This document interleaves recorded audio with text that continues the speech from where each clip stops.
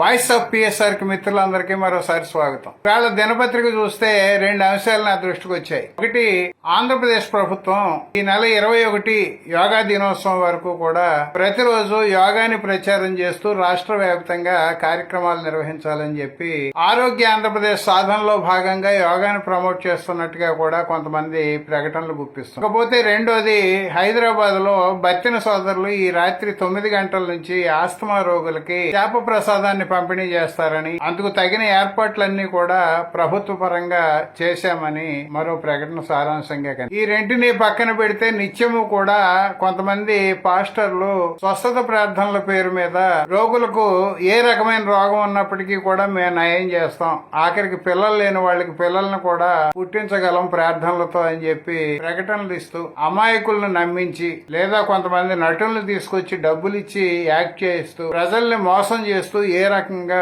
సొమ్ములు దండుకుంటున్నారో మన అందరికీ తెలుసు. వాటికి సంబంధించిన వీడియోలు వందల కొద్దీ యూట్యూబ్ లో కనిపిస్తుంది. ఇవన్నీ చూస్తుంటే మనం ఆధునిక యుగంలో జీవిస్తున్నామా లేదా అని చెప్పి అనుమానం కలుగుతుంది. రాజ్యాంగంలోని ఆర్టికల్ 51AH ప్రజలందరూ శాస్త్రీయ దృక్పథాన్ని కలిగి ఉండాలని, పరిశీలన దృష్టిని, సంస్కరణ అభిలాషను కలిగి ఉండాలని చెప్తుంటే మన పాలకులు రాజ్యాంగం మీద ప్రమాణం చేసి వీటికి విరుద్ధంగా ఉన్న కార్యక్రమాలను నెత్తికెత్తుకోవడం లేదా జరుగుతున్నప్పటికీ చూసి చూడనట్టు పోవడం విచారకరం. అసలు యోగాని ఎవరు ప్రతిపాదించారు, ఎందుకు ప్రతిపాదించారు అన్నది కూడా ఈ యోగాని ప్రమోట్ చేస్తున్న వాళ్ళకి తెలుసా అని నాకు అనుమానం. యోగాని యోగ దర్శనంలో పతంజలి ప్రతిపాదించాడు. ఆయన ప్రతిపాదన వెనక ఆరోగ్యం ఏమీ లేదు. యోగ చిత్తవృత్తి నిరోధక అని చెప్పాడు పతంజలి. అంటే ఆలోచనల్ని స్తంభింపజేయడమే యోగా అన్నాడు. ఆలోచనల్ని స్తంభింపజేస్తే మనకు మోక్షం లభిస్తుందని చెప్పాడు. మానవుడి మెదడుకి స్వతహాగానే ఆలోచించేటువంటి శక్తి ఉంది. మనం ఆలోచించకూడదు అనుకున్నప్పటికీ కూడా సహజ లక్షణం కారణంగా మెదడు ఆలోచిస్తూనే ఉంటుంది. మెదడు ఆలోచించకుండా చెయ్యాలి అంటే ప్రకృతి విరుద్ధంగా మనం వెళ్ళాలి. మనం నిద్రపోతేనో కోమాలో ఉంటేనో మెదడు ఆలోచించకుండా ఉంటుంది తప్ప గృహలో ఉన్నప్పుడు ఆలోచించకుండా ఉండదు. మరి ఆలోచనల్ని స్తంభింపజేయడము యోగా అని చెప్పి ఒక పక్క చెబుతూ మరో పక్క యోగా పేరు మీద అనేక పేర్లు పెట్టి చాలా మంది రకరకాల దుకాణాలు తెరిచి దాన్ని మతంతో ముడివేసి ఈవేళ వ్యాపారం చేస్తున్నమాట వాస్తవమా కాదా అని మనం ప్రశ్న. భక్తి యోగా, రాజయోగా, అష్టాంగ యోగా, కొండల్ని యోగా, ఇంకో యోగా, అలా రకరకాల పేర్లు పెట్టి సుమారు 10 రకాల యోగాలు ఉన్నాయి. ఆ యోగా దుకాణాలన్నీ కూడా వ్యాపారం చేస్తున్నవే. ఇండైరెక్ట్ గా యోగా పేరు మీద భక్తిని ఇంజెక్ట్ చేస్తున్నవే. ఈవేళ దాన్ని ఒప్పుకోకుండా చాలా మంది యోగా అంటే వ్యాయామం తప్ప మరొకటి కాదు అని చెప్పి ప్రచారం చేస్తారు. యోగా అంటే వ్యాయామమే అయితే వ్యాయామాన్ని కూడా మనం యోగా అని చెప్పి పిలవాలి. అలా ఎందుకు పిలవడం లేదు? జిమ్ముల్లో చేసే కసరత్తులను మనం యోగా అని చెప్పి పిలవగలమా? అసలు యోగాలో 4 ప్రక్రియలు ఉన్నాయి. సాధన, సమాధి, విభూతి, కైవల్యం అని చెప్పి 4 ప్రక్రియలు. కైవల్యం అంటే మోక్షం, మోక్షం అంటే జన్మరాహిత్యం పొందడం. ఇది డైరెక్ట్ గా మతంతో ముడిపడి ఉన్న అంశం. ఈ విషయాలను వేటిని గమనించకుండా కేంద్ర ప్రభుత్వంలో ఉన్న పెద్దల ఆశీస్సులు పొందడానికో వాళ్ళ మెప్పు పొందడానికో మేము కూడా ఇక్కడ రాష్ట్ర ప్రభుత్వం తరఫున డబ్బు ఖర్చు పెట్టి యోగాని ప్రమోట్ చేస్తున్నామని చెప్పడం అంటే సొమ్మును దుర్వినియోగం చేయడమే. ఓ పక్క ఆర్థిక పరిస్థితి బాగాలేదు, మనం పొదుపు చర్యలు పాటించాలి అని చెబుతూ మేము కార్లలో వెళ్లడం లేదు, సైకిళ్లు తొక్కుతున్నాం అని చెప్పి ఫోటోలకు ఫోజులు ఇస్తూ యోగా పేరు మీద ఎన్ని కోట్లు ఖర్చు పెడుతున్నారు? ఈ లెక్కలు ఎప్పుడైనా ప్రభుత్వం వేసుకుంటుందా? గతంలో 2019లో హై స్కూల్ స్థాయి పిల్లల పాఠ్య పుస్తకాల్లో ఆనంద వేదిక అని చెప్పి ఒక ప్రోగ్రామ్ ని ప్రవేశపెట్టి ఒక పాఠాన్ని చేర్చారు. అందులో యోగా పేరు మీద చేసేటువంటి ప్రాణాయామం అంటే శ్వాస మీద ధ్యాస అని చెప్పి చాలా మంది చెబుతాం. మెదడుకి సహజంగా ఆలోచించే లక్షణం ఉన్నట్టుగానే మనం స్పృహలో ఉన్నా లేకపోయినా శ్వాస పీల్చుకునే లక్షణం మనిషికే కాదు జంతువులకు కూడా ఉంది. మనం ప్రత్యేకించి శ్వాస మీద ధ్యాస పెట్టకపోయినా శ్వాస పీలుస్తున్నాం. ప్రాణాయామం పేరు మీద ఏం చెబుతున్నారు? మనం శ్వాసను బిగబెట్టాలని చెబుతున్నారు. అదొక సాధన అని చెబుతున్నారు. శ్వాసను బిగబెట్టడం వల్ల ఏం జరుగుతుంది?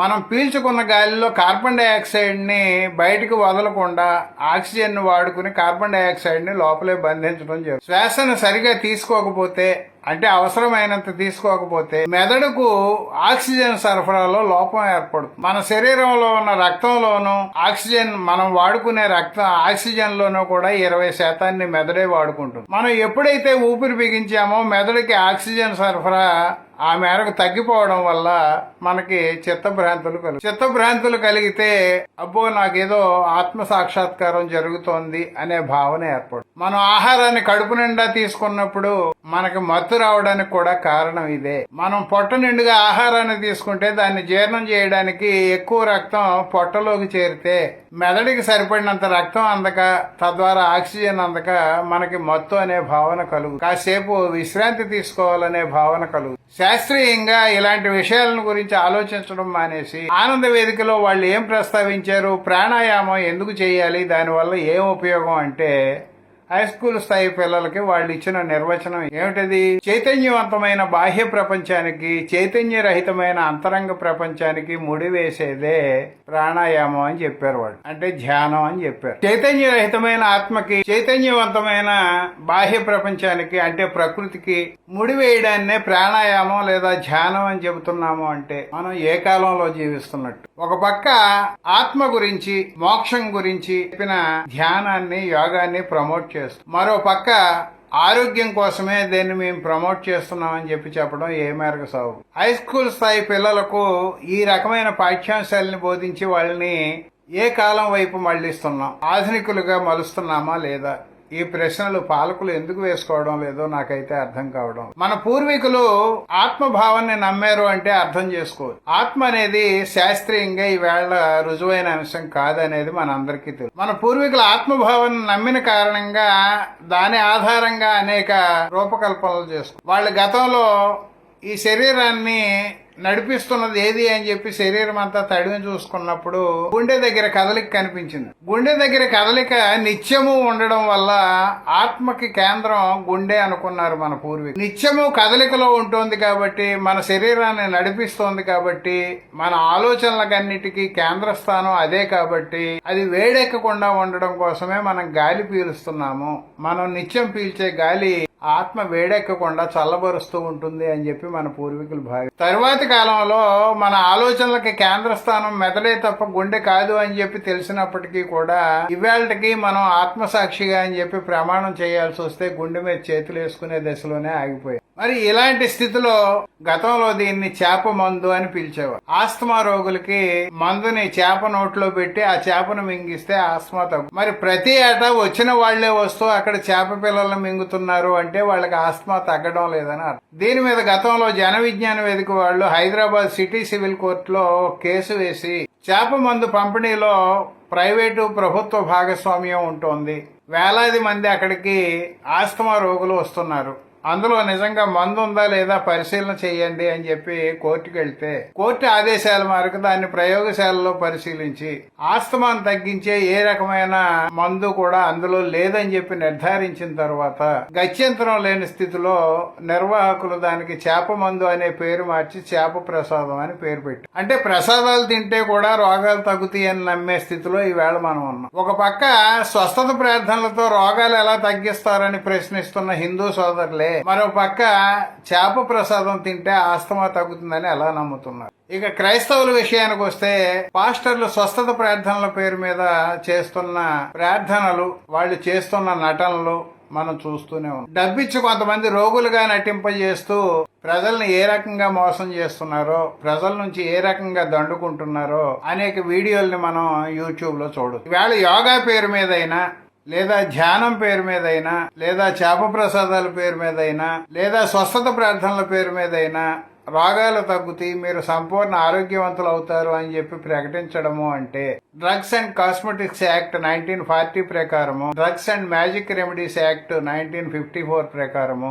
వారంతా నేరస్తులే అవుతారు. బైబిల్లో స్వయంగా యేసే అనారోగ్యముగా ఉన్న వారికే తప్ప ఆరోగ్యముగా ఉన్న వారికి వైద్యుడు అవసరం లేదు కదా అని చెప్పి చెబితే, వైద్యుడు అవసరం లేదు, మేము ప్రార్థనలతో రోగాలు తగ్గిస్తామని చెప్పడం బైబిల్కి విరుద్ధమా కాదా? రోగాలకి జబ్బులు తగ్గడమే నిజమైతే ఈవేళ క్రైస్తవ మిషనరీలు అనేక చోట్ల ఆసుపత్రులు ఎందుకు నిర్వహిస్తున్నట్టు? యోగా ద్వారానో, చేప ప్రసాదాల ద్వారానో స్వస్థత ప్రార్థనల ద్వారాను సంపూర్ణ ఆరోగ్యం చేకూరేటట్టయితే వాటికి ప్రభుత్వ పరంగా లైసెన్సులు ఇవ్వండి. చాలా ఆసుపత్రుల నిర్వహణ ఖర్చు తగ్గించుకోవచ్చు, కొన్ని ఆసుపత్రులను మూసేయవచ్చు. ఈ కోణంలో మనం ప్రశ్నిస్తే ప్రభుత్వాలు చేసే నిర్వాహకం వెనక ఎంతటి అశాస్త్రీయత ఉందో అర్థం. దయచేసి మనం ఆధునిక యుగంలో ఆధునికులుగా జీవిస్తున్నామా లేదా మన ముత్తాతల కాలం నాటి భావజాలంలో జీవిస్తున్నామా అన్నది అర్థం చేసుకోవాల్సిన సమయం ఎప్పటికైనా ఆసన్నమైందని చెప్పి తెలుసుకోవాల్సిందిగా అభ్యర్థిస్తూ సెలవు తీసుకుంటాం.